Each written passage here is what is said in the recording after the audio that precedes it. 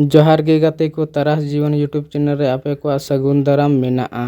तेहेᱧᱟ video रेबुन nail ᱧᱟᱢᱟ सिदु मुर्मू आयुरते संथाल हुल रिया नागाम कथा को दिलाबुन नेल लेगी। उन ओक्ते संथाल परगाना दो इंग्रेज कुआ गोबल रे ताहे कना। ओनाते ओंडेरेन संथाल आदिवासी कुआ अडी बढ़ती दशा ताहे लेना। उन कुचिद उन एटके टोणे निर्जला दालान होल संथाल बीर बुरुगी बांको बोलो दालिया कान ताहेना।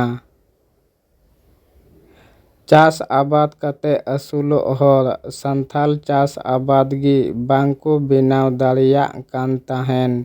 इंग्रेज कुआ बारोन खातिर ठेकाव लगी साहन बांको अगु दालिया कान ताहेन चे दतनी लगी मिटे गान काडे हो बांको अगु दालिया कान ताहेन। उनको बांग बडाई कातेम कमी लिखान को बताओ ओचो मिया तालाम पीछे आइन हो ताहे कना। नासिना कथा रेगी होल को पसी खुंटी रेको अकाय को ताहेन।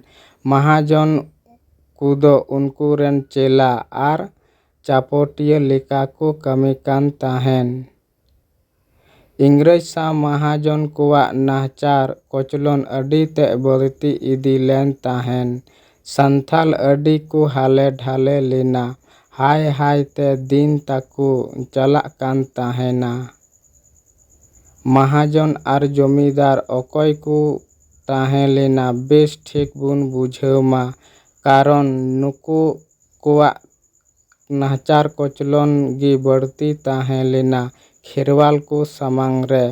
नोआ को कारण ते बुरसी सेंगेल लिका संथाल कुआ मोने जीवी भितरी रे इंग्रेज को विरुद्ध रे सेंगेल बुकु बुकु जुलुक कान ताहेन।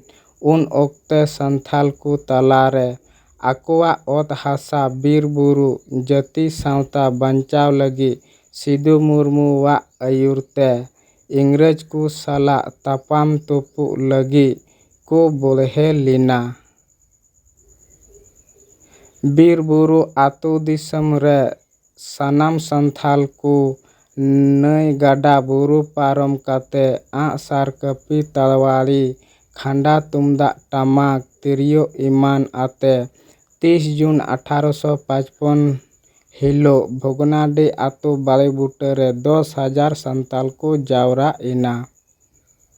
नोआगे भारत दिसम रेना पुइलु आर मलांग दिस्व मिदुन ओंडेगी सनाम संताल को मेन किदा देलाबुन बिरि पे देलाबुन तेंगुन पे फुरगल दिसम संथाल दिसन बुन बिनावा। सिदु मुर्मू आर कन्हू मुर्मू तकिना आयुरते हुइलेन संथाल हुल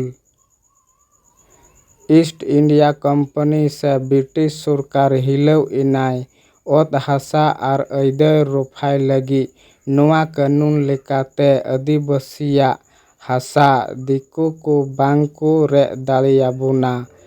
आबुआ ओत हासा आबुआ तिरिगी ताहेना। हजार हजार संथाल को जुमिद कते जमीदार सिपाही आर इंग्रेज सरकार साव को लड़ाई किदा। आयमा इंग्रेज सिपाही आर संथाल को गoj इना। संथाल कुआ दाली जुमिद आर जीवी आलाय नेलते इंग्रेज सरकार बह तिरु हुई आदिया।